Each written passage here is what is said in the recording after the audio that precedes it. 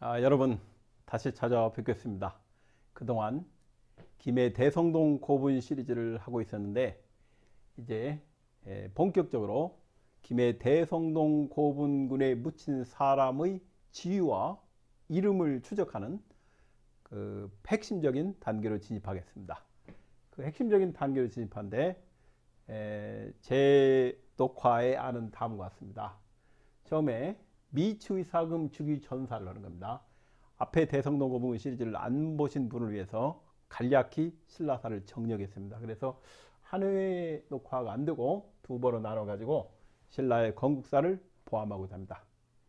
그리고 미추이사금이 즉위한 겁니다. 언제 즉위하느냐면 262년인데 260년, 261년, 262년 이 3년에 걸린 사건은 한국사에서 굉장히 중요합니다. 정말 중요해요. 그 중에서 262년은 특히 잊어버릴 수 없는 중요한 연도가 됩니다.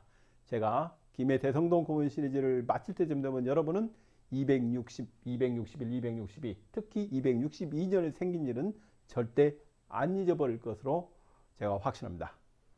그 다음에 이제 미추이사금이 즉위하고 미추이사금이 어떻게 통치했는가 그 시기를 살펴보는데 미추이사금 시기는 바로 삼국지 동의전의 시대예요. 그렇기 때문에 비교해 볼 수 있는 권위 있는 동시대 기록한 문헌이 있다는 겁니다. 그래서 이와 같은 순서로 제가 녹화를 할 생각입니다. 자, 김해 대성동 고분 시리즈 8번입니다. 미추이사금 즉위 전사예요. 미추이사금이 즉위하기 전에 신라에 어떤 일이 있었는가 이걸 살펴보는 겁니다. 목차는 다음과 같습니다. 미추이사금 즉위 전사를 둘로 나누는데 처음에 김해 대성동 고분군 유물 복습 유물을 다시 한번 보겠습니다. 예전에 나온 건데 다시 보는 겁니다. 그 다음에 문제 김해 대성동 고분군에 관해서 제가 문제를 몇 개 뽑아봤어요. 여러분 문제를 보고 답을 해보시기 바랍니다. 문제를 푸는 것도 중요하지만 문제를 내는 것도 중요합니다. 그래 좋은 문제를 내는 것이 좋은 문제를 푸는 것만큼 중요해요. 그래서 무엇이 답인가를 함께 생각할 수 있는 기회를 갖도록 하겠습니다. 세 번째는 신라의 건국과 이 석탈의 주연인데 미추이사금은 석시 중에 들어있는 한 명의 김씨왕이에요. 마찬가지로 석탈이는 박씨 중에 들어있는 한 명의 석씨왕입니다. 도대체 어떻게 해서 박씨왕들 중에 석씨가 들어가게 됐는가 이걸 살펴보는 겁니다. 그 다음에 미추이사금은 출현 전후 미추이사금이 출현 전후에 어떤 일이 벌어졌는가 여기까지 녹화하고 그 다음 녹회에서는 이제 5번 위 고구려 침략 아니 김해 대성동 고분하고 위 고구려 침략하고 무슨 관계가 있습니까? 중요합니다. 그렇기 때문에 저걸 그 다음에 위 고구려 침략이 만든 그 대신라에 생긴 대사건 서구로가 죽는 건데 253년 4월이면 저것은 달까지 정확합니다. 서구로와 서구로 부인의 죽음은 이 동북아의 고구려 위 전쟁이라는 대격동기에 신라가 국가적 위기를 맞았을 때 신라 지배층이 이에 어떻게 대응하였는가를 보여주는 겁니다. 그렇기 때문에 굉장히 중요해요. 자, 한번 유물을 보겠습니다. 3세기 후반에서 4세기 150년 동안 신라 지역을 압도하는 가야 지역 유물들. 이 문화가 앞선 나라가 되게 강국입니다. 그래서 신라 지역과 가야 지역 유물을 보면은 한 3세기 전반까지는 양쪽 수준이 비슷해요. 이 말은 신라와 가야의 국력이 대등했다는 얘기입니다. 그러면서 3세기 후반이 되면은 가야 지역 유물이 신라 지역을 압도해요. 다시 말하면 가야가 신라보다 강국이었다는 겁니다. 약 150년 동안 신라 지역을 압도합니다. 그래서 가야 지역의 유물을 한번 보겠습니다. 지난번에 본 건데 복습 삼아 다시 보겠습니다. 대성동 45분에서 출토된 툭방개 투구. 투구가 그 부여나 고구려나 백제에서 볼 수 없는 겁니다. 전혀 다른 북방개 투구입니다. 이쪽도 마찬가지예요. 대성동 2호분에서 4세기 초입니다. 출토는 북방개 투구입니다. 고구려나 백제와는 완전히 다른 계통의 유물이라는 걸 알 수 있어요. 좀 더 살펴보겠습니다. 이 혁대 버클입니다. 대성동 91호분 4세기 초입니다. 출토된 용문양과 동물문양의 금동제 북방계 버클이다 이겁니다. 여러 가지의 요소 지역 모용 선비가 세운 사면, 우리가 흔히 말하는 전현, 후현, 북현 사면이라고 하죠. 그쪽과 비슷한 유물이 출토됐다 이겁니다. 즉 요소 지역에서 왔다 이 얘기를 하고 싶은 거예요. 자, 또 보겠습니다. 이 합천 반계지 출토 뭐 가야인데 요게 출토된 거예요. 이쪽이 출토된 거고 이건 복원입니다. 복원인데 이게 뭐하고 똑같냐면 중국 하북성에 출토된 유물로 똑같아요. 이제 위에 장식은 여긴 없겠죠. 오래되니까. 그래서 없어졌지만 원래는 이렇게 생겼다 이거죠. 이게 어디서 왔느냐? 부여, 고구려, 백제와는 계통이 다릅니다. 전혀 다른 계통의 유물이 3세기 후반부터 가야 지역에 출토가 됩니다. 그래서 가야사는 3세기 전반까지를 전기가야, 3세기 후반부터를 후기가야로 분류하는데, 그렇게 분류하는 이유가 뭐냐면 유물이 앞뒤가 달라요. 앞에 3세기 전반까지는 농경민족, 3세기 후반부터는 유목민족 유물입니다. 그래서 지배층이 전혀 달라요.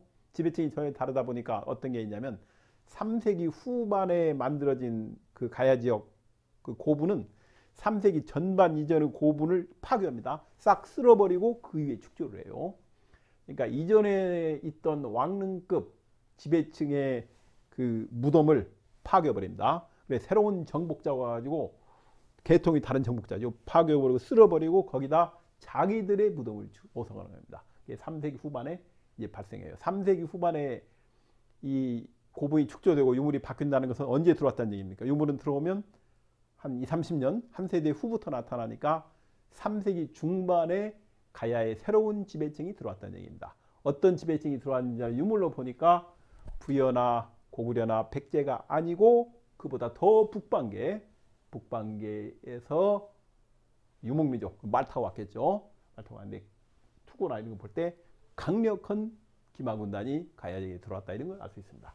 3세기 중반에 들어온 겁니다. 그러면 3세기 후반 유물이 언제부터 출토됩니까? 3세기 후반이면 약 380년 아니다. 280년 경부터인데 삼국사기에 대성동 고분군이 언제 축조됐는가 연도가 나옵니다. 맞아요. 양쪽이 딱 일치합니다. 대성동 출토 덩이쇠 이 철정이라고 하는데 철기술은 과학기술로서 무기 만드는 기술 같다. 그렇습니다. 지금이나 그때나 과학기술은 무기 만드는 기술과 연결될 수밖에 없어요. 철정은 3, 4세기 동북아에서 가장 중요한 최첨단 교육품을 오늘날 원유나 반도체에 해당한다.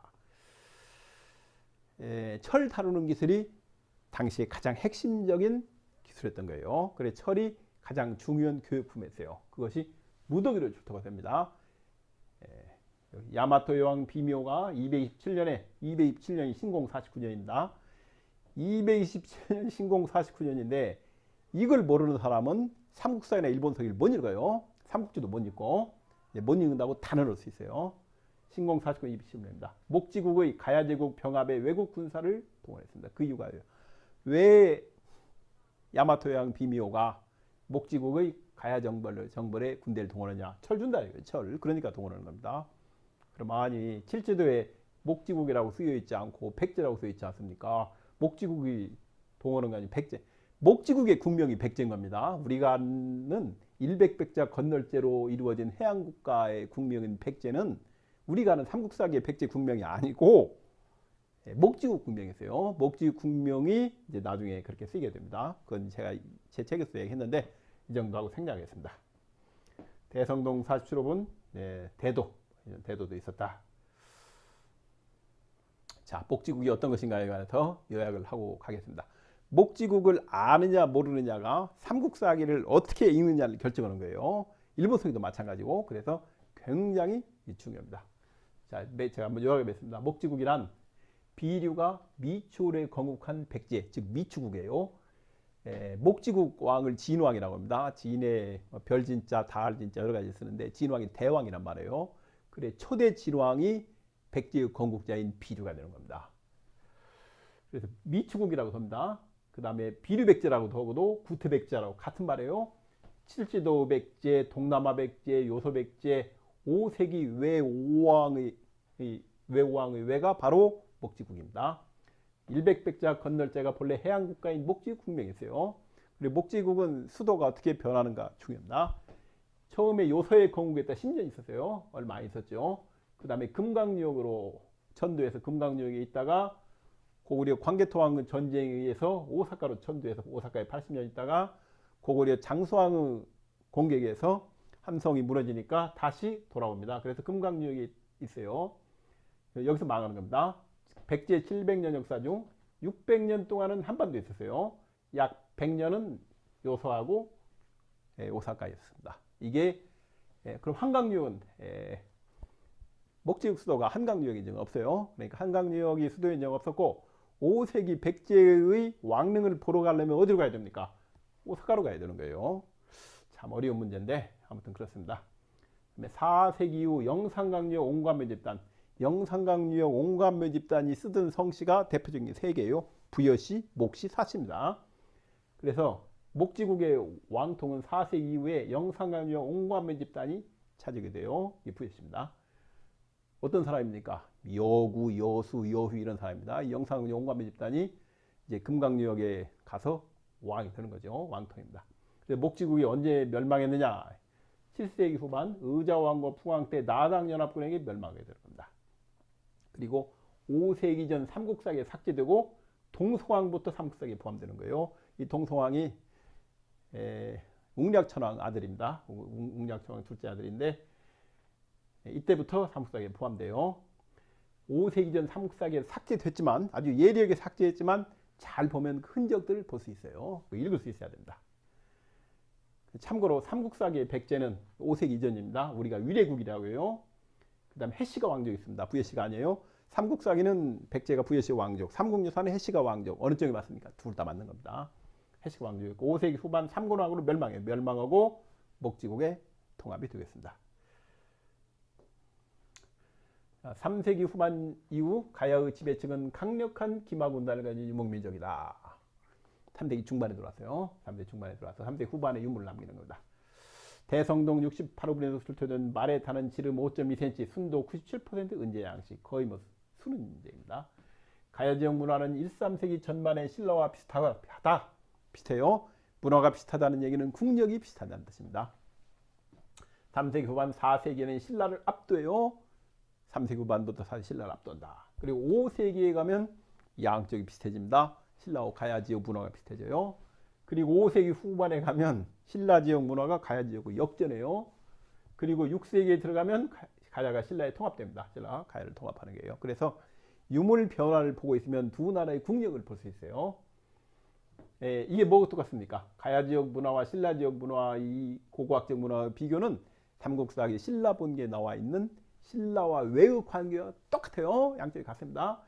신라와 외가 대등할 때는 유물도 대등하고 외가 우세할 때는 가야 지역 유물이 우세하고 신라가 우세할 때는 외에 있을 때는 신라 지역 유물이 우세합니다. 양쪽이 고고학적과 문화 다리가 완전히 일치하고 있습니다. 신라는 가야보다 100년 늦게 4세기 후반부터 유목민족으로 특정지어지는 후기 신라, 즉 말이가 쓰여있다. 신라는 약 100년 후에 이 새로운 유목민족이 들어옵니다. 4세기 중반에 들어가지고 새로운 신라를 건설하게 돼요. 그게 바로 후기 신라인데 우리가 마립간 신라라고 합니다. 마립간 시대부터가 신라사를 둘로 나누면 통일 전쟁입니다. 앞에를 정의신라, 후기를 이제 후기 신라로 하는데 마립간 신라부터가 후기 신라입니다. 이건 나중에 할 거예요. 경주 황남동 고분군 할 때 다시 자세히 할 겁니다. 그다음 삼국지 통일전은 약 262, 70년대 이 정도의 한반도 추정됩니다. 신라의 미추 이사금 시대예요. 그 변진조에 무슨 얘기가 나오냐면 모두 12국인데 각자 왕이 있었다. 각자 왕이 중국식 통치제도입니다. 그러니까 당시 이 변진 지역에 중국식 통치제도가 유입이 된 겁니다. 철을 다루는 기술이 뛰어나 양지르 철을 한예 외 낭랑대방에 수출했다. 그렇습니다. 이 무기 만드는 철제 무기 만드는 북방계의 뛰어난 기술이 산업에 산업화한 거예요. 지금도 마찬가지입니다. 과학기술이 무기 만드는 기술로도 가고 무기 만드는 기술이 일간 민간 기술로 가요. 그래서 상호 교류가 이루어집니다. 인터넷도 사실은 전쟁이 일어났을 때 모든 통신수단이 단절됐을 때 쓰기 위한 통신으로 개발된 것이라고 합니다. 하지만 오늘날은 민간 생활에 더 많은 역할을 하고 있습니다. 지배층에 대해서 얘기했어요. 당시 변진의 지배층이 어떠느냐? 체격이 장대하고 체격이 큽니다. 사마 중에 채집이 제일 커요. 그 다음에 의복이 청결하고 머리가 길고 폭이 넓은 옷을 짜고 폭이 아마 소매나 이런 게 아닌가. 기마복입니다. 기마복. 법률과 관습이 엄격하다. 유목민족은 농경민족이 다르게 농경민족은 무기를 모아놨다가 전쟁이 일어나면 가서 무기를 가져가지만 유목민족은 평소에 무기를 가지고 다닙니다. 그렇기 때문에 법률이 엄격하지 않으면 사회가 유지가 안 돼요. 의복, 청결, 머리 길고 다 머리가 길는 건 북방계의 특징입니다.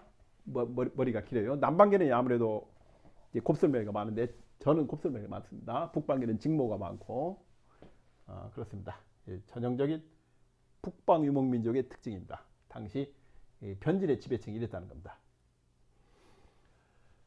몇 개 더 보겠습니다. 대성동 고문군 출도 판갑옷으로 갑옷의 정명과 측량 이렇게 생겼다. 판갑옷이에요. 3세기 북중국 양식입니다. 고구려나 부여나 백제와는 전혀 다른 양식이에요. 그 다음에 어떻게 되느냐? 3세기 후반에 나타나는 이 갑옷이 4세기의 북방식에서 가야식으로 현지화합니다. 현지에 맞게 이 갑옷이 바뀌는 거예요. 4세기 가야의 북방계 판국. 4세기가 가야 지역 문화의 전성기예요. 보통 새로운 이주민이 들어오면 그들이 자리를 잡고 문화를 창달을 하면 또 한 세대가 걸려요. 그래서 한 반세기 이후에 이제 2세가 됐을 때 전성기가 오는 겁니다. 그래서 이제 4세기 가야의 판가봇인데 뭔가 느낌이 오죠. 이게 어떻게 됩니까? 3세기의 북방계 갑옷이 4세기의 가야화, 현지화를 통해서 5세기의 일본 갑옷으로 이어져요. 일본 갑옷의 원류가 바로 3세기에 들어와 있던 북방계 갑옷이 4세기의 가야에서 현지화한 거, 현지화한 것이 5세기에 일본 갑옷으로 이어진 거. 일본 갑옷의 원류가 가야에 오는 겁니다. 고구려는 달라요. 고구려는 판갑옷이 아니고 고구려왕이 백제와 전쟁할 때는 고구려도 판갑옷이었어요. 그런데 광개토왕이 백제와 전쟁할 때는 비늘갑옷으로 바뀝니다. 판갑옷보다 찰갑옷, 비늘갑옷이 한 단계 발전된 그 비늘입니다. 왜 그러냐면 이제 화살이 맞았을 때 차이인데 판갑옷은 화살이 박히거나 뚫거나 튕겨나가 둘 중 하나입니다. 그러나 비늘갑옷은 어떻습니까? 비늘갑옷은 맞고 픽 빗겨가요. 빗겨가는 그 메타물질에서 클로킹이라고 하는데 그와 비슷합니다. 그래서 한 단계 더 발전된, 그래서 당시에 광개토왕 때 고구려가 승리할 수 있는 여러 가지 요인이 있었는데 과학기술이 앞서 있었어요. 갑옷이 바뀐 거죠. 백제보다 더 선진화되어 있었습니다. 4세기 부산 폭천동입니다. 김해 대성동이 유명하지만 부산 폭천동도 마찬가지예요. 그러니까 당시에 가야 지역의 수도는 김해, 제1수도가 부산이었어요. 그리고 김해 부산 지역이 당시 변진 지역의 이 통치자가 있었던 지역이라는 걸 우리가 알 수 있습니다. 자, 김해 대성동 고분을 한번 요약해 보겠습니다. 1번 낙동강유 고분군은 대성동만 약 300여 km 추정입니다. 시간이 많이 지나면 고분이 없어져요. 도시계획이나 이런 거. 지금 석천동 고분군도 몇 개 안 남았는데 그 100년 전만 하더라도, 그러니까 조선 말 일제 때만 하더라도 몇백 기, 수백 개의 고분군이 있었답니다. 자, 2번 13세기 전반에는 낮은 곳에 위치했어요. 언덕 낮은 곳에. 농경민족 유물입니다. 가야 고분과 백제 고분의 차이가, 가야는 언덕에 무덤을 쓰고 백제는 평야에 무덤을 써요. 논위에 쓰는 거죠.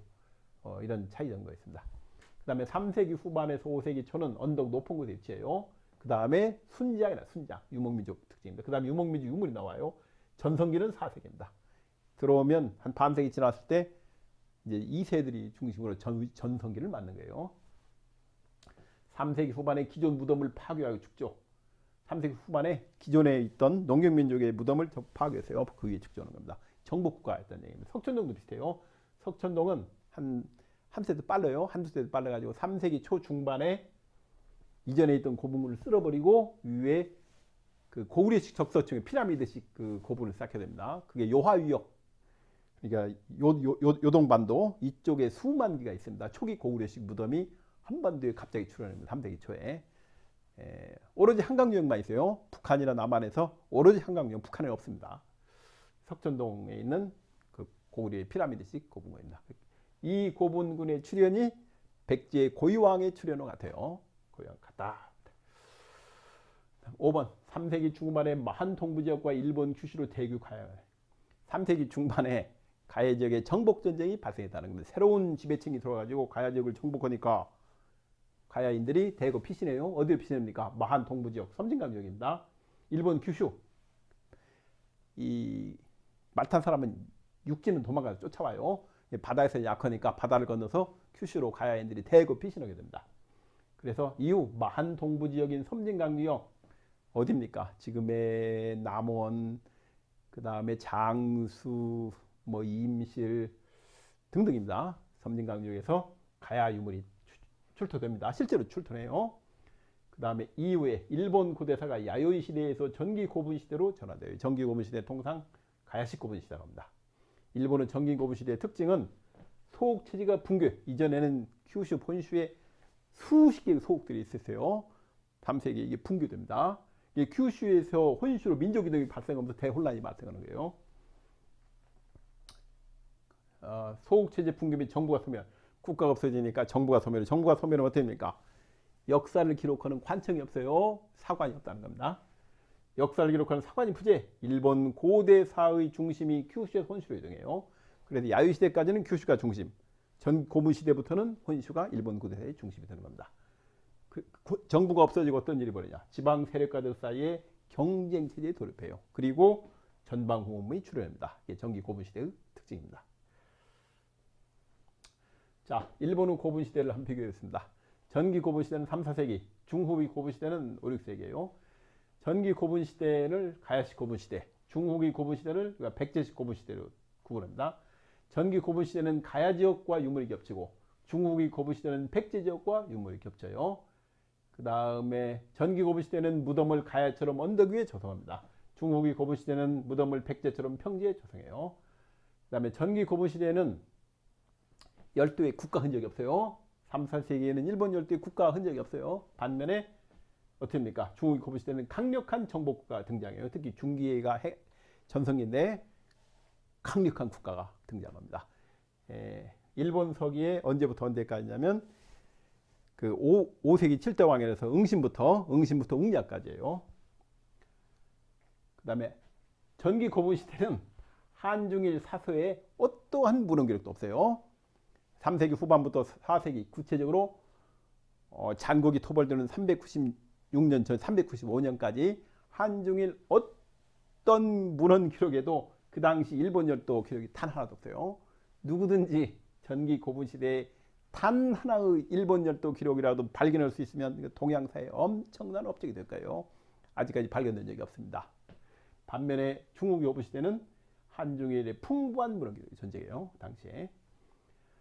만약에 전기 고분 시대에 국가가 없어요. 일본에 국가가 없다면 그러나 국가가 있다면은 어디냐? 당시에 기록에만 변환의 통치를 받고 있었어요. 일본은 주로 변환이 가니까. 그래서 억지로라도 수도를 당시 전기 고분 시대 일본의 수도가 어디냐면 부산 김해라고 얘기할 수밖에 없습니다. 부산 김해에서 일본을 통치했다 이렇게밖에 볼 수가 없어요. 그러나 중후기 고분 시대는 지금 오사카 부근이 당시 일본의 수도였습니다. 자, 이제 문제를 한번 봐보겠습니다. 김해 대성동 고분 문제. 좋은 답을 하는 것도 중요하지만 좋은 문제를 내는 것도 중요해요. 좋은 문제를. 우리가 문제를 보면서 내용을 이해하는 겁니다. 제가 문제를 몇 개 올려놨는데 이 정도를 간단히 답변할 수 있다. 그러면 굉장한 실력자다. 저는 이렇게 생각됩니다. 자, 예전에 나온 문제 또 한 번 나왔어요. 문제 1. 변환왕 또는 변환주 외교가 없는 이유. 중국 진서를 보면 3세기 후반에 만 지역과 진안 지역의 최고 실력자가 분명한 만왕과 진원왕이 만주 진안주입니다. 삼국시대를 통일한 서진에 여러 번 사실 보내는 외교를 한다. 여러 번 보냅니다. 그런데 변환왕, 변환주예요. 서진에 사실을 보내지 않는다. 그 이유가 무엇인가? 왜 마한왕과 진원왕은 서진에 사실을 보내는데 변환왕은 사실 안 보냅니까? 3세기 후반에 명쾌히 답변을 할 수 있었습니다. 답은 뭐였습니까?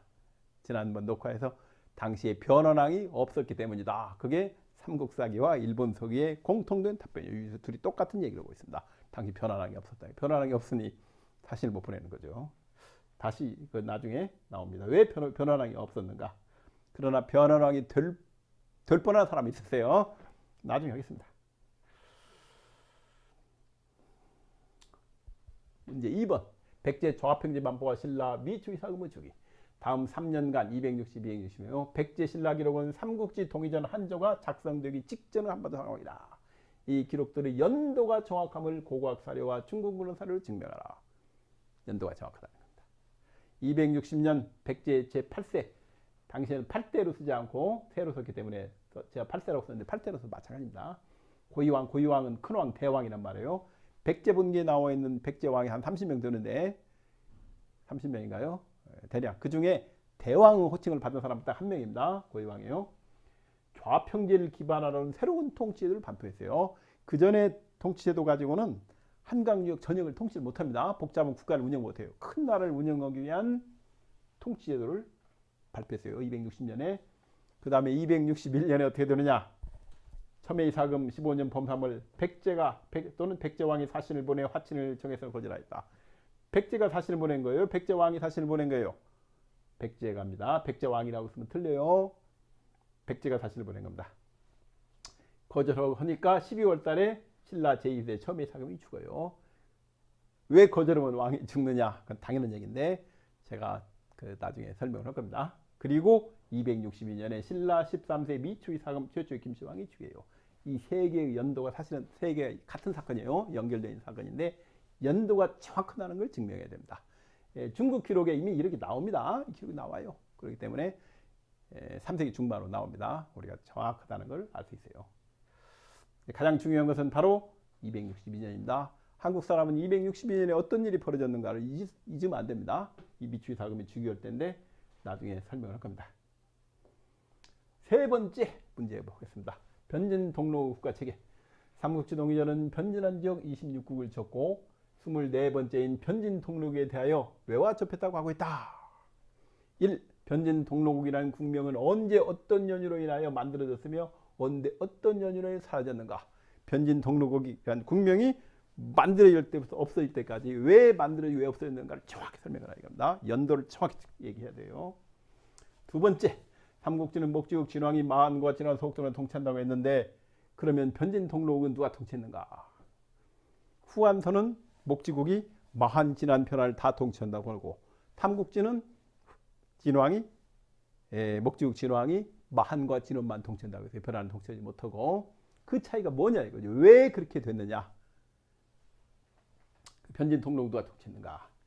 변진 동로국 왕의 다음에 관해 설명하라. 변진 동로국 통치자의 국가체제 설명하는데 뭘 설명하냐면 외교, 군사, 행정, 인사, 제사, 후계, 왕공, 왕릉에 관해서 변진 동로국의 여기에 대해서 설명하는 얘기예요. 만약에 사학과 다니는데 중간시험을 봤습니다. 중간시험을 딱 보니까 문제가 나와요. 변진 동로국의 외교, 군사, 행정, 인사, 제사, 후계, 왕공, 왕릉에 관해서 기술하라. 이제 나왔어요. 이야, 이거 변진 동로국 본기도 없는데 이거 어떻게 쓰나? 삼국사기를 보면 나옵니다. 알 수 있어요.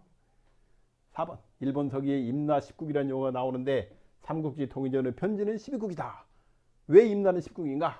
임나 10국이라는 것은 언제부터 언제까지 어떻게 만들어서 어떻게 해체됐는가? 임나 10국이라는 명칭이 언제 어떻게 생겼는가예요? 언제 어떻게 사라졌는가?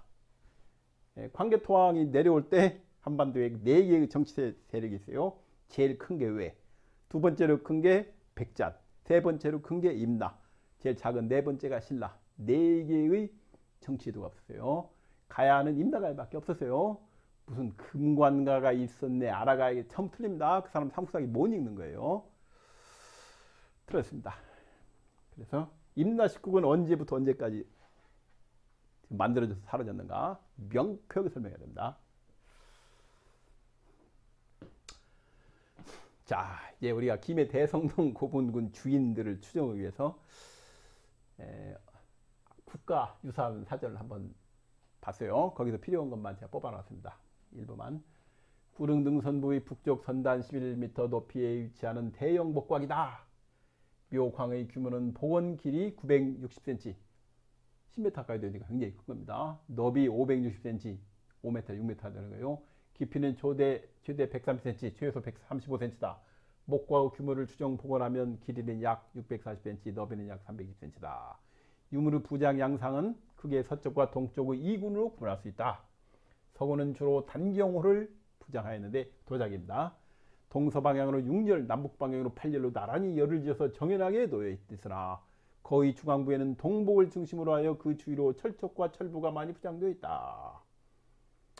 비장자를 중심으로 남북 양쪽 측면을 열을 지어서 토기를 부장하였다. 철기류는 모두 91점의 판상철부, 철부는 도끼 얘기입니다. 바닥에 갔던 것 추정되며 이 위에서 대도편 3점이 출토되었으며 갈 끝은 모두 서쪽을 향한다. 철쪽은 판상철부에 가까운 거의 중앙에서 집중적으로 열을 지어 출토되었다. 그 밖에 도굴 갱 안에서 금동 파편 등이 수립되었다. 왕릉입니다. 현재 김해 대성동 고분 중에서 300여 있는데 왕릉이라고 거의 확실한 것은 두 개 있어요. 하나가 29호분, 하나가 39호분입니다. 29호분은 3세기 후반, 39호분은 4세기 초반이에요. 그러니까 29호분이 선대, 39호분이 후대예요. 같은 계열이지만 시간 차가 있는 겁니다. 대성동 29호는 앞시기 무덤에서 보이지 않던 무덤 규모 대형화와 이에 따른 토기의 다량 부장, 도질 토기 최초로 출현한 점에서 매우 주목되는 고분이다. 또한 동복 유목민족이 말 위에 싣고 하다가 내려서 거기다 물 끓여서 먹고 가는 유목민족들. 동복이 남부지방의 발굴을 통해 처음으로 출토되어 북방문화 영향을 강하게 해준다. 무덤의 규모와 출토 유물로 볼 때 다른 무덤을 압도하는 점에서 3세기형 금관가의 최초 왕비일 가능성이 높다. 북방문화 영향을 강하게 시사해준다. 여기까지는 이제 고고학적 객관적 서술이고 맨 마지막 한 줄은 이 저자의 자기 의견입니다. 3세기형 금관가의 최초 왕목을 이건 이제 틀렸어요. 금관가에는 227년에 망했다가 407년에 180년 후에 재건돼요. 당시 금관가에는 존재하지 않았습니다. 금관가가 아니고 그 다음에 최초왕 아닙니다. 그 1세기 중반에 수로왕이에요. 수로왕이 64년 제위했는가요? 그렇습니다. 수로왕이 가야 최초의 왕입니다. 최초 아니죠. 삼국사기나 일본서기를 잘 못 읽기 때문에 맨 마지막 줄을 이렇게 쓴 게 아닌가 이런 생각이 듭니다. 김해 대성동 고분은 29호분의 주인 네 번째 문제입니다. 김해 대성동 29호분은 유목민족이 말 위에 가지고 다니는 구리소의 일종인 동복이 출토되고 금동관 편이 수습된 높은 위치의 타 고분과 구분 등의 별도로 3세기 후반 280년 됩니다. 추정입니다. 조성된 4세기에 조성된 39호분과 함께 왕릉급 무덤입니다. 왕릉급 무덤이에요. 자, 문제 나갑니다. 이 무덤 피장자의 지위와 이름은 무엇인가? 거기에 붙인 사람의 지위와 이름을 추정해 보라는 겁니다. 아니, 지석도 없는데 어떻게 합니까? 지석이 있으면 추정할 것도 말 것도 없어요. 그냥 읽으면 되니까. 그건 뭐 역사학자도 필요 없어요. 없기 때문에 역사를 공부는 우리가 해야 되는 겁니다. 그래서 그 사람이 누군가, 29호를 붙인 사람은 지위와 이름을 추적하고 어디서 무엇을 하다 여기에 붙인 사람인가, 그것을 알 수 있어야 돼요. 그 사람 일대기를 기록할 수 있으면 더 좋고. 그래서 이에 대해서 아주 명쾌하게 설명해야 됩니다. 제가 설명할 텐데 제 설명을 부정하려면은 왜 안 되는가를 근거를 설명을 하고 그 다음에 나아가서 그러면 그 사람이 아니라 누군가까지 설명을 할 수 있으면 됩니다. 이걸 못하면은 제 설명이 시간이 지남에 따라 통설이 되어버립니다. 왕릉 고분들이 김해 대성동 29호번과 39호번, 29호, 39호번인데 자, 여기 중요한 게 나옵니다. 이쪽이 29호번이고 이쪽이 39호번 같은데 대성동 29호번, 39호번이요. 39호번, 40호번인데 동일 계열인데 39호번이 29호번을 침범하여 축소했다 이거예요. 제 가능할까? 29호분의 영역을 39호분 후대 다음 때에 침서 거기를 깎아서 침범했어요. 이게 자기 아버지 뻘 드는 사람인데 이게 일반적으로 가능하지 않습니다. 만약에 전혀 다른 계통의 무덤이다. 그러면 이제 할 수 있지만은 저건 쉽지 않은 일이에요. 문제 5. 김해 대성동 29호번, 39호번 주인의 차이. 김해 대성동 29호번, 39호번 특별히 조성된 동일계의 북방계 왕릉급 구분들로 29호번은 3세기 후반에, 39호번은 4세기 초반에 축조되어 29호번이 선대고 39호번이 후대다. 그런데 후대인 39호번이 선대인 29호번의 영역을 침범하였는데 후대가 선대의 묘역을 침범한다는 것은 통상적으로 생각이 어렵다. 후대의 묘역이 선대임을 침범할 수 있었던 이유는 무엇인가? 그 이유가 뭐예요? 삼국사기는 이 두 사람의 차이에 대해서 어떻게 설명하고 있는가? 저는 이걸 보면서 삼국사기, 이야, 삼국사기가 이렇게 정확히 기록해놨구나. 그래서 삼국사 기록과 고고학이 일치하는 하나의 이해가 돼요. 삼국사기는 왜 그렇게 설명했냐 이거죠. 두 사람의 관계에 대해 삼국사기가 무슨 이야기를 하고 있냐. 야, 삼국사기 어디를 파도 대성동이란 말도 안 나오고 29란 말 당연히 안 나오죠. 그런 거 나오면 그 역사가 걸 필요가 없습니다. 역사 책을 잘 봐야 돼요. 29호분의 주인과 39호분의 주인에 관해서 삼국사기가 무슨 이야기를 하고 있는가. 신라본기입니다. 신라본기가 무슨 일을 하고 있는가. 문헌사학과 고고학, 문헌사리와 고고학설이 완전히 일치합니다. 일치할 때 우리 같은 역사학도는 기분이 좋아요. 이야, 놀랍구나. 신라의 건국과 석탈의 출현. 자, 이 복습 한번 해보는 겁니다. 이 신라 보면은 박씨 중에 석씨 한 명이 들으세요. 1, 2, 3, 4, 5, 6, 7, 8대. 박씨가 쫙이 8세까지 있는데 4대가 석씨입니다. 1대, 2대, 3대는 한강 상류 시대예요. 제가 예전에 설명을 한번 했는데 한강 상류. 그 다음에 석씨, 용성국 출시대. 용성국이란 말이 이 물이 나라라네. 용이 물입니다.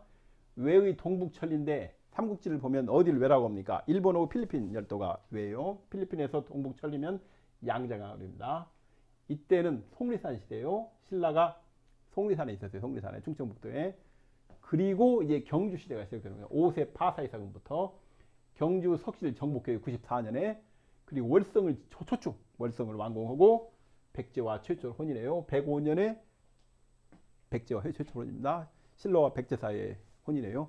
목지국은 마한 내부에서 혼인하고 위례국은 삼국사기의 백제는 마한 내부에서 혼인한 것은 알 수가 없는데 신라와 혼인한 건 삼국사기에 남아 있어요. 그래서 신라와 파사의 사람 최초로 혼인하게 됩니다. 그 다음에 6세 지마의 사금은 백제 및 임나 혼인해요. 두 나라와의. 임나와는 123년, 123년에 혼인을 합니다. 이래부터 외와 신라 사이의 전쟁이 한 1세기 가까이 8, 90년 사라집니다. 그리고 요새 마한이 출해요. 제가 이전에 설명했습니다. 그 다음에 일성이 사금 때는 백제 혼인이 없어요. 혼인이 없다는 게 굉장히 중요합니다. 있는 것도 중요하고 없는 것도 중요해요. 삼국사기 볼 때 아주 잘 봐야 됩니다. 두 나라의 국혼, 그러니까 신라본기를 보면서 백제와 혼인, 가야와 혼인, 외와 혼인. 그게 삼국사기의 기본 구조, 기둥하고 똑같아요. 요걸 이해를 못하면 삼국사기가 이해가 안 됩니다. 그만큼 중요한 기록들이에요. 말가르 침략이 있어요. 만약에 백제와 혼인했으면 말가르 침략이 안 했을 거예요. 같은 얘기입니다. 백제와 혼인이 없기 때문에 말가르 침략이 같은 얘기예요.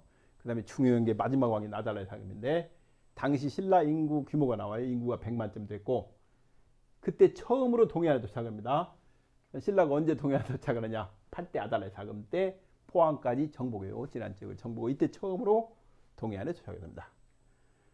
그리고 흥선 최초의 석시 포리 사금인데 흥선이 한강유역 회군이죠. 167년도에 신라군이 그 한강유역을 공격하러 갔다가 회군합니다. 회군하고 한강유역 회군하고 흥선이 정권을 장악해요. 그래서 석시 왕조가 수립되는 겁니다. 또 중요한 게 있어요.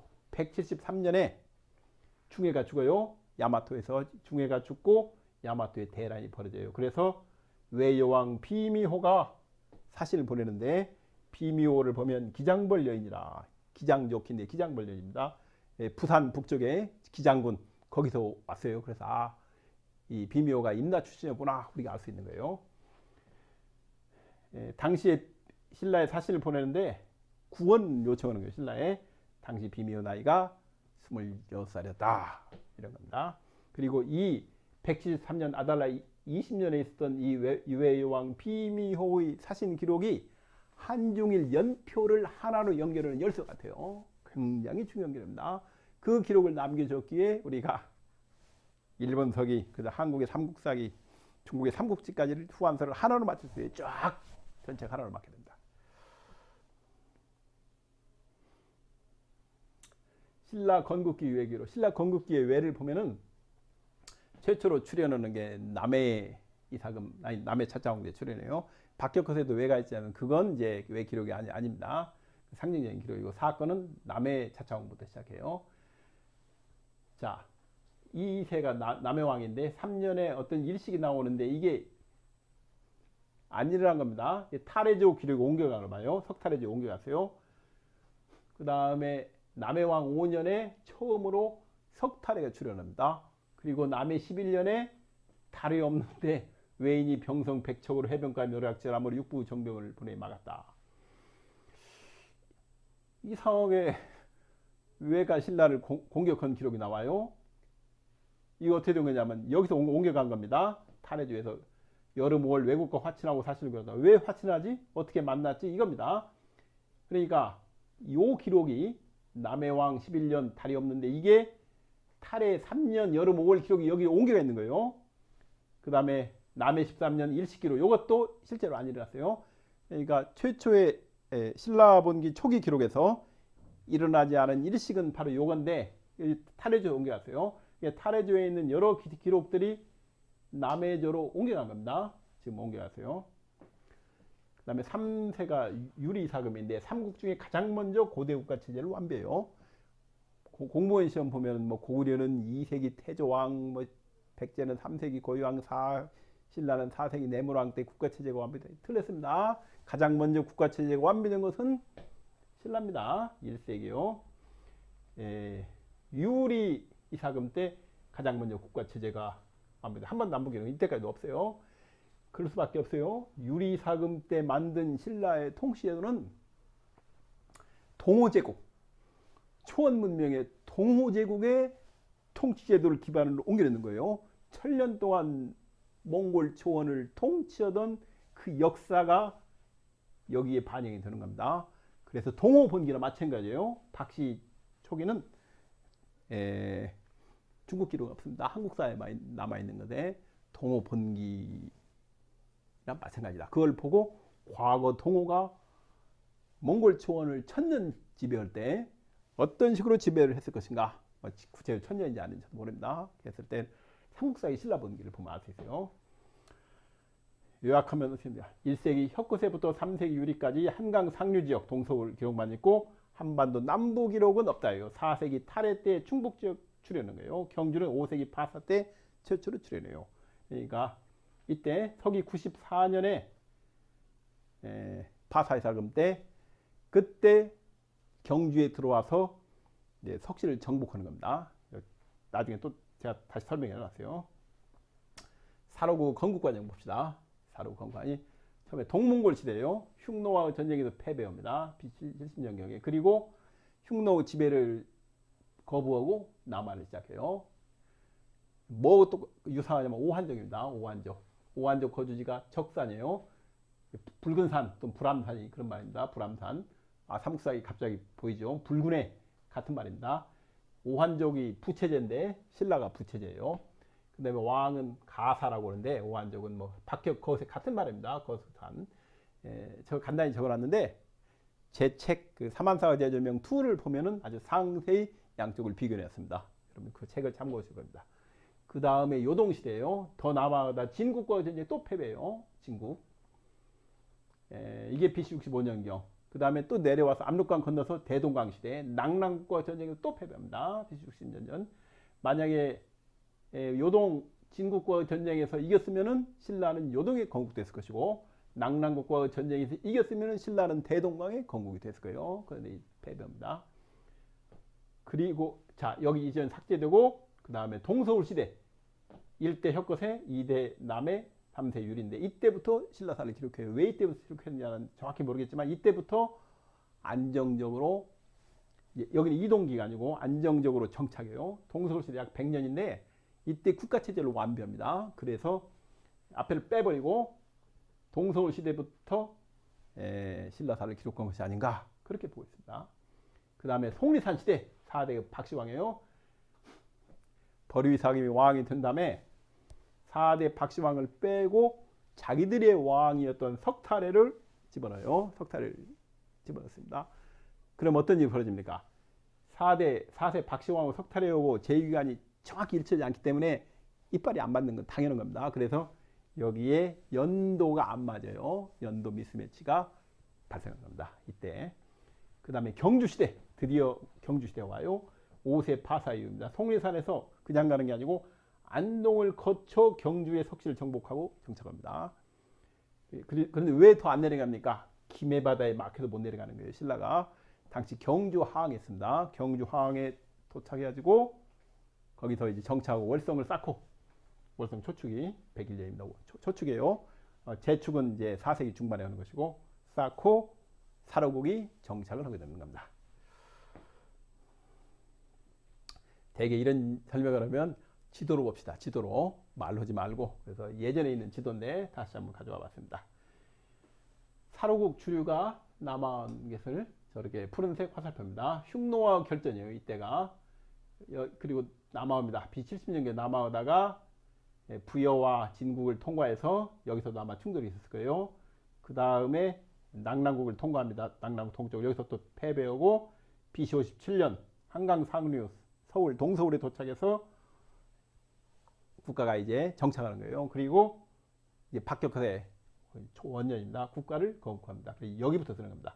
신라사는 여기를 빼버리고 여기부터 쓰는 거예요. 굵은 게 주류, 뭐 이쪽으로만 갔겠어요. 오한족들이 뭐 여러 군데로 갔겠는데, 그래서 이와 같이 신라가 건국이 됐다. 자, 남아하는 걸 한번 봅시다. 신라 보면 1대 3대가 여기고 4대가 여기고 5대가 안동입니다. 6대가 경주인데, 이게 보면 백제의 국경을 따라 남아한 걸 알 수 있어요. 백제의 국경을 따라서 여기서 대충돌해요. 그러니까 지금의 속리산 북은 여기서 결국 전쟁해가지고 신라가 충청도나 전라도로 못 가고 경상도로 가는 겁니다. 이게 굉장히 중요한 거죠. 그러니까 석탈의 주에 요 이제 전쟁 상황이 있는데, 안동을 거쳐서 파사의 사금 때 경주에 도착을 하게 됩니다. 그래서 신라가 건국되는 거예요. 여기 이제 동서울 시대, 속리산 시대 탈영돼야 됩니다. 안동 시대, 경주 시대, 월성 완공 제가 이렇게 분류를 해놨습니다. 그래서 4대 박씨왕 한 명을 빼버리고 석탈해를 집어내요. 누가 집어넣냐면 버류사금. 그러면서 석탈해주의 여러 기록들이 남해조로 일시기록 비롯해서 외기록이 이동을 한 겁니다. 그러면 석탈해 집안은 어디서 갔습니까? 석탈해는 삼국지 동에 필리핀 열도와 일본 열도 외라고 있어요. 외국 동북 천리는 어디입니까? 필리핀 천리면 양자강하루예요. 그래서 양자강 유역에서 선단이 대선단이 계속 올라오는데 왜 하필이면 이때 올라옵니까? 이유가 있어요. 후한 광무제 때 양자강 유역 영토화예요. 그러니까 전한 시대에는 양자강 유역까지 통치를 못했어요. 주로 위에만 있는데 후한 시대에 양자강 유역을 직접 통치합니다. 관리를 파악해 놓고 직접 통치해 두니까 거기 있던 사람들이 대거 이제 떠나는 거예요. 그런데 이 한반도와 양자강 하류 사이는 해류가 흘러가지고 이동하기가 매우 좋습니다. 계절에 따라서 이제 방향만 바뀌지만, 그래서 여기서 대규모 선단이 올라가요. 석탈해부터 언제까지 올라가냐면 3세기 초까지 올라갑니다. 3세기 초까지 이민이 계속 도는데 3세기 초에는 더 이상 이민이 안 돼요. 왜 3세기 초에는 이민이 안 되냐면 양자강 쪽 하류 양자강 유역에 손권의 오나라라는 안정된 정권이 들어섭니다. 그래서 더 이상 이민이 안 됩니다. 3세기 초에 이민이 끝나요. 구체적으로 내의사금 때 이민이 끝납니다. 50년경, 서기 50년 양장 하류를 출발한 선단이 한반도 서부에 도착했다. 이 석탈의 집단이에요. 만에 밀려 정착하지 못하고 다시 바다로 통일하여 남가야 땅에 도착하였다. 그 남가야 땅에 도착했어요. 그래서 처음에는 김해에 상륙했어요. 김해에 상륙했는데 이미 수로왕의 가야가 공국되어 있어요. 그래서 수로왕 가야와 석탈해 간에 충돌이 벌어져요. 그래서 석탈해가 패배합니다. 패배하니까 정착 못하고 다시 선단을 이끌고 북상해요. 김해 바다를 북상해서 경주 하항에 상륙을 하게 됩니다. 그리고 임나를 만나게 되는 거죠. 제가 이제 그림을 그려봤는데 당시에 석탈해가 올 때인데 그 목출도를 너무 크게 그렸어요. 그 목출도에서 전투가 나오는데 도대체 목출도가 어디에 있는 섬인가를 말은 하는데 지금 영남 알프스입니다. 제가 볼 때는. 그래서 대충 그려봤는데 저도 좀 상세하게 그릴 생각입니다. 수로왕은 남가야 건국이 40이죠. 그러니까 석탈의 집단이 처음에 여기 도착했어요. 여기 도착했다가 밀려나요. 남가야인데 밀려나가지고 계속 북상해요. 김해바다를 북상해가지고 경주항에 도착해서 국가를 건국하는 겁니다. 그러니까 당시 김해바다의 해상권을 장악하고 있던 임나가야가 너희들 뭐야? 그리고 자기들 휘하에 여기를 두고 싶어 하는 거죠. 그래서 두 나라 사이에 충돌이 벌어지는 겁니다. 그림은 자 이제 다시 그릴 생각입니다. 탈의 원년이 경주 도착인데요. 삼국사기 신라본 교회고록은 석탈의 57년 이후에 출산합니다. 이후에 그 다음에 신라가 포항 여기 가는 것은 아달라의 사감대 가요. 아달라의 사감대 여기까지 이제 신라가 커져가지고 여기까지 포함하는 거죠. 박시왕 대통령 석시왕 한국사 데이터베이스에 저걸 뭐라고 보냐 볼 필요 없다고 생각하는데 그래도 참고로 기존에 사람들이 어떻게 설명하고 있는가 틀리고 맞는 게 중요한 게 아니고 이전 사람들이 어떻게 설명하고 있는가를 참고로 한번 보자고 해가지고 제가 가져온 겁니다. 국사편찬회에서는 한국사에 있습니다. 박시왕들 속의 석시왕 석탈에 관해서 뭐라고 얘기했냐 또 달의 주기에 관한 삼국사기 신라본 기록을 살펴보면 그의 주기 당시가 62사였는데 같은 시기사에서 그의 동해안의 아진포가 아니고 이 김해바다의 아진포입니다. 도착한 것이 석것의 제39년이라고 하고 있다. 달해가 주기한 연도를 기준으로 그 단생에도 다른가 주기한 해가 석 57년으로 주기 있으므로 그는 기원전 5년에 출생한다. 그렇다면 그 출생하기 13년 이미 동해천이다. 이는 단순한 기록상 오기라고 볼 수 있지 모르나 이외에도 초기의 기록을 그대로 믿을 경우 100년이 훨씬 넘는 수명을 가진 왕들이 다수 나타나는 모습이 발생한다. 이런 건 역사학도가 아니라도 알 수 있는 거예요. 역사학도는 이걸 보고 왜 이런 일이 벌 수 있는가 알아야죠. 버리위사금이 박시왕을 빼고 자신들의 왕이었던 석탈해를 신라 왕력에 집어넣는 과정에서 연도가 이빨이 안 맞는 건 당연합니다. 안 맞아야 당연한 거예요. 그래서 이건 역사학도가 아니라도 할 수 있는 거고 역사학도는 왜 이런가를 설명할 수 있어야죠. 아 그냥 틀린다. 그럼 뭐 하려고 역사학을 합니까?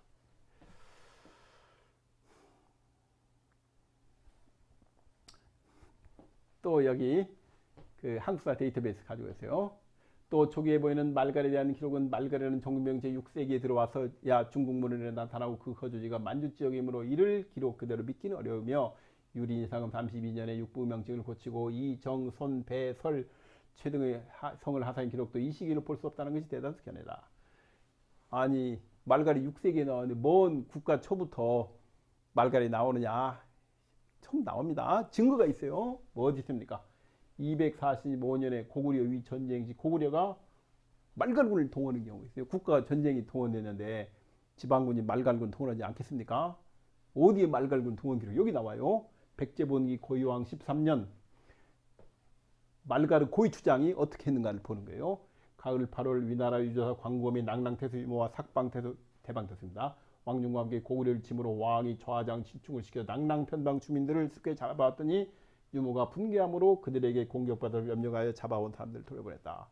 본래는 여기에 고구려로부터 말갈굴 동원 명령을 가지고 온 사신이 있었어요. 고구려 사신이. 그래서 고유왕에게 고구려 동천왕이 지시를 합니다. 너 그 남부 말갈 고위추장, 당신은 고위추장이 아닐 거죠. 지금 위나라가 그 침공에 들어왔는데 말갈굴 동원해라. 그래서 이 고유왕이 뒤에 이것도 보니까 어쩔 수 없이 동원된 것을 볼 수 있어요. 광개토왕 비유는 뭐라고 합니까? 백자는 원래 우리 성민이었다. 이거 맞는 얘기입니다. 그 정확한 얘기예요. 어떤 사람이 백자니 고구려의 성민인 적이 없다. 여기 있잖아요. 고구려 전쟁 시에 고구려 정부가 백자는 군대를 동원하고 있는데 여기 이렇게 어민이 나와 있는데 광개토왕 비가 거짓말을 하겠습니까? 당시 많은 백성들이 보는데 거짓말하면 정부의 권위만 떨어집니다. 실제로 백자는 고구려의 성민이었어요. 삼국사에는 보면은 언제 어떻게 송민이 됐다가 언제 어떻게 송면에서 벗어났는지까지도 아주 상세하게 적고 있어요. 광개토왕 비하고 삼국사이가 전혀 모순이 안 됩니다. 그거 완전히 일치하는 겁니다. 한번 보겠습니다. 이상에 살펴본 같이 삼국사기의 초기록은 모든 사실을 그대로 믿을 수 있을 만큼 신뢰도 없다고 보기는 어려운 실정이다. 대부분 학자들이 삼국사기의 초기록들이 어느 정도 사실을 반영한 것을 보는 건 대부분 동의하고 있으나 특히 기년상의 문제는 아직도 상당히 커다란 길의 차이를 보이고 있음을 알 수 있다. 대세론적으로는 수정론 입장이 받아들일 만한 것으로 보이나 이 또한 여러 가지 문제점을 내포하고 있다. 본서에서는 삼국사기의 초기 기록들에 대해 대체주의를 받아들이는 입장에서 서술하였으나 부분적으로 철춘의 입장을 취하고 있단 말이죠. 제가 삼국사기, 신라본기, 그러니까 보통 통상적으로 뭐라고 하냐면 고구려 본기 초기 기록이 가장 정확하고 그 다음에 백제 본기고 가장 부정확한 게 신라본기다 이렇게 얘기하는데 그렇지 않아요. 제가 신라본기 초기 기록을 연도를 검증한 결과 어땠습니까? 90% 이상이 탄한도 안 틀려요. 90% 이상이 연도를 체크하면. 그럼 10%는 틀립니까? 제가 앞에 보여줬지 않습니까? 탈해조 기록이 일부가 남해왕 기록으로 옮겨가는 거. 그래서 10%가 틀린 겁니다. 90% 이상이 탈 한 달도 안 틀려요. 옛날에는 연도 검증을 못해도 역사학이 가능했습니다. 그러나 지금은 기록의 연도, 달까지는 더 좋아요. 정확하게 검증을 있어야 역사를 할 수 있어요. 그만큼 우리 고대사 연구가 정교해지고 정밀해진 겁니다. 여러분도 한번 해보시죠. 연도 체크하면 90% 이상이 한 달도 안 틀립니다. 자, 이제 석시 속에 있는 김씨 미추이사금 출연 전후를 한번 보겠습니다. 버류이사금 9대 석시입니다. 쭉 석시의 김씨인데 신라 왕력의 5세 박씨와 한 명을 빼고 석탄을 대신 집어넣음. 그러니까 연도 오류가 발생하는 건 당연한 겁니다. 그 다음에 내이사금 때 임나 및 가야 7국이 멸망해요. 임나가야가 207년에 멸망했는지 208년에 멸망했는지 206년에 어떻게 합니까? 삼국사기 보고 하는 겁니다. 삼국사기를 잘 봐야 돼요. 207년에 멸망합니다. 그 다음에 남가야, 대가야, 김해가야는 언제 멸망합니까? 217년에 멸망해요. 신공 49년입니다. 그리고 어떻게 됩니까? 멸망하고 10년이 지나면 국명을 변경해요. 그래서 가야지 국명이 변경. 임나는 변진 동로국으로 10년 후에 변경했으니까 217년에 변경했고 남가야는 변진 구사국으로 변경이 있습니다. 변진 구사국 또는 변진 구야국으로 있기도 해요. 그건 10년이니까 237년에 국명을 변경했을 겁니다. 그러면 언제 국명이 회복되는가? 임나는 서기 300년에 회복합니다. 당신이 어떻게 서기 300년에 회복되는가 합니까? 삼국사기를 보고 아는 거예요. 그 다음에 남가야는 407년 영락 17년에 재건국되면서 국명이 회복됩니다. 다음에 11세 조분이 사금 말기에 위나라가 고구려 침략이 245년입니다. 6년이 아니에요. 신라본기에 제일 정확합니다. 고구려 위 전쟁의 연도는 신라본기가 가장 정확해요. 고구려 본기하고 백제 본기가 일부 1년의 연도 차후가 있습니다. 그 다음에 첨예의 사금 12세 초기에 변진 12국의 목지국 통제를 이탈해요. 이때 변진 12국이 그 전까지는 후한서처럼 목지국 통치를 받고 있다가 이탈합니다. 그 다음에 가야사가 후기가야로 전환해요. 이때 245, 252년 사이. 어떻게 전환한 겁니까? 253년에 서구로가 죽었어요. 그렇기 때문에 252년까지 변진 지역에 대한 정복이 끝난 겁니다. 그 다음에 일본 고대사가 야요이 시대 고분 시대로 전환해요. 247년에 비묘가 죽어요. 비묘가 죽고 이후에 좀 혼란을 거쳐서 바뀝니다. 그러면서 큐슈에서 혼슈로 대거 이제 민족 이동이 벌어지는 거예요. 그리고 13세 미추이사금이 즉위하는데 훗날 신라 왕실은 미추이사금에게 북방계인 김씨성을 하사합니다. 언제 하사합니까? 그러면 법흥왕 때로 봐요. 법흥왕 때 신라 규정을 다시 만들고 그 당시는 성이 없었어요. 법흥왕 이전까지는 부족명이 있어요. 법흥왕이 모진인데 모부 출신 왕이라는 얘기입니다. 중국식 성을 이제 만들 때 그때 미추이사금에게 자기들처럼 김씨를 줘요. 북방계 김씨를 주고 자기들은 선대로 편입하는 거면 자기 김씨를 앞에 미추이사금 세우는 거죠. 이게 삼국지 통일연식입니다. 그 다음에 14세 유리의 사금 때 청기신라가 멸망해요. 298년도에 멸망하고 신라의 진안에 흡수됩니다. 아니 신라가 아니고 목지국의 진안에 흡수돼요. 그 다음에 15세 기림이 사금 때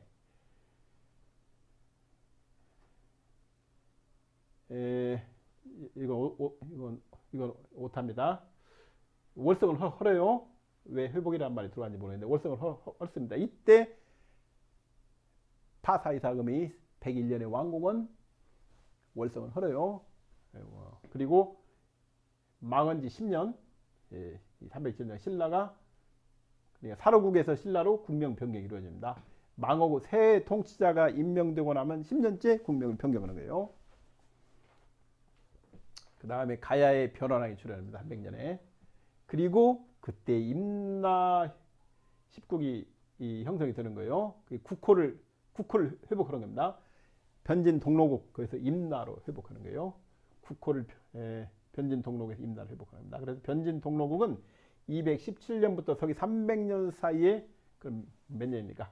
약 80여 년, 80년 동안 존재했던 국명이에요.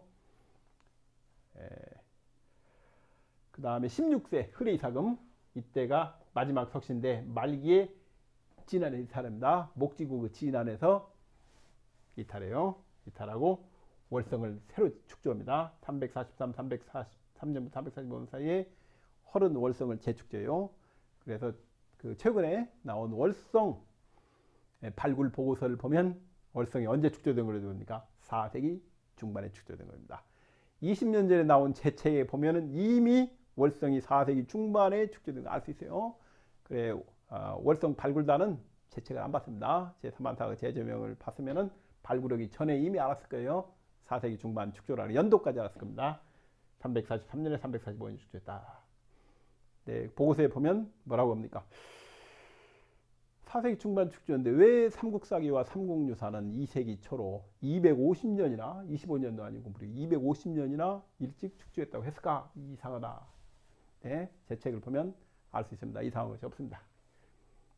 그리고 후기신라, 월성이 재축조되면서 후기신라로 넘어가는 겁니다. 미추이사금이 어떤 사람인가에 대해서 뭐라고 얘기했는가? 한국 데이터를 보겠습니다. 미추이사금은 김씨로도 최초의 왕위에 오른 인물이다. 김씨 왕실을 가게 살펴보면 시조 기말지로부터 세안, 아도, 수류, uk보, 구도로 이어지며 구도가 미추이사금 아버지다. 어머니는 이칠 갈문왕 딸 생호 부인 혹은 순례 부인 박씨고 배우자는 조분이사금을 그는 제11대 왕의 사위로 달의 이사금이나 조분이 사금의 사례처럼 당시 전왕의 사위가 왕위를 이룰 수 있었던 왕위 계승 원리 때문에 왕위를 얻을 것이다. 이게 가능합니까? 바로 안 만나갈 수 있어요.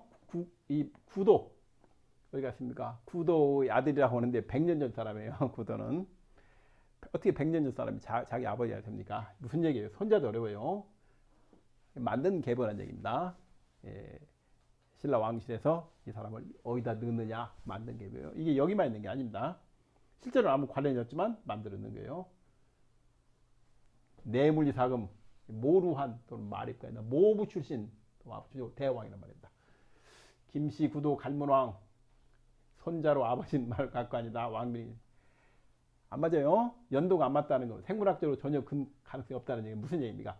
상징적 계보이니까 그리 알아라. 이런 뜻입니다. 왕실이 많은 또 있어요. 김유신, 남가야 수로왕의 12선손이다. 김유신은 7세기 후반이고 수로왕은 1세기 중반인데 어떻게 12세가 됩니까? 22세 손이면 모를까? 600년에 12세는 전혀 가능성이 없어요. 아무 관련이 실제로는 김유신은 임낙의 신라입니다. 제 책을 보십시오. 삼만사의 제조명 3에 나오나요? 금관과의 아무 관련이 없어요. 임낙의 신라인으로 남가라 시조인 수로왕과는 아무 관련도 없다. 그렇지만 신라에서 계보를 만드는 겁니다. 당시 신라사가 알 수 있어요. 김유신을 수로왕에 연결하는 거죠. 마찬가지입니다. 미추이사금도 무슨 구도 갈문왕의 아들이다. 100년 전 사람의 아들이 어떻게 됩니까? 왕실에서 새로 왕이 된 사람의 계통을 연결하는 겁니다. 그쪽으로. 미추이사금의 알지 세아사도 쭉 이어진 김씨 계통의 세보를 기록하기엔 이 중에 실제 나오는 인명은 구도와 미추만 있는 알 수 있다. 그 다음에 어디냐. 이 내용으로 보아 이들 김씨 세력이 경주사에 출현은 실제로는 가장 늦은 시기였을 것이다. 여기에서 이들 세력이 한반도 내에 어디에 존재하고 있었는가 하는 문제가 대두하게 되므로 이 내용을 살펴보고 가자. 미추이사금의 세력이 어디 있었느냐 이거죠. 이러한 군사 활약세의 김씨 세력의 등장을 경주 세력으로 보지 않고 소백산맥 일대 내지 경북 영주를 기말지의 탄생지로 보고 이들을 제지세로 보는 견해가 있다. 이러한 논지에서 김씨 세력이 소백산맥 일대에 정착하였다. 어느 시기에 신라 중심지인 경주 지역으로 들어가 미추 이사금이 권력의 핵심으로 등장해 살펴보야 한다. 이야, 생략하겠습니다. 생략 후 무슨 얘기하고 있냐면 소백산맥 지역의 지방 세력이던 김씨가 신라 왕족과 혼인하여 최초 김씨왕이 미추 이사금을 폐하였다. 소백산맥의 어떤 지방 세력의 이 신라 왕씨로 혼인이 됩니까? 전혀 가능성이 없는 얘기입니다. 혼인이 됐다고 해도 왕이 될 수 있어요? 왕이? 전혀 안 맞는 얘기입니다. 그렇지만 제가 이걸 보여드린 이유는 설명이 합리적이어야 돼요. 앞에 사람이 설명 못한 거 우리가 설명은 되는 겁니다. 누가 보더라도 분원적으로 고학적으로 안 맞아요. 이거 삼국지 동의적으로도 안 맞습니다. 맞고 그 다음에 당시 기준을 볼 때도 합리적이에요. 고대 왕이 바뀌는데 이게 말이 됩니까? 안 맞는 거예요. 석시 속 미추 이사금 출현에 대한 현실적, 그러면 실제적으로 사람 뭐라고 그러냐? 고대 석시 왕통 중에 계통이 전혀 다른 김씨가 왕이 되어 왕력 중간에 삽입되는 일은 뭐라고 얘기했다? 천지가 개벽하고 세상이 뒤집어지지 않는 한 고대에 저런 일은 절대 안 생깁니다. 이게 솔직한 얘기예요. 석씨들이 쭉 왕하는데 박씨가 왕이 돼서 되는 일은 천지가 개벽하고 세상이 뒤집어지지 않는 한 절대 안 생긴다. 앞으로 다음 미추 이사금 즉위쯤에서 도대체 어떻게 천지가 개벽하고 세상이 뒤집어지는가에 관한 이야기를 할 겁니다. 자, 즉위전사 이거를 마치고 좀 쉬었다가 다음에 즉위전사 두 번째 이야기를 계속하도록 하겠습니다.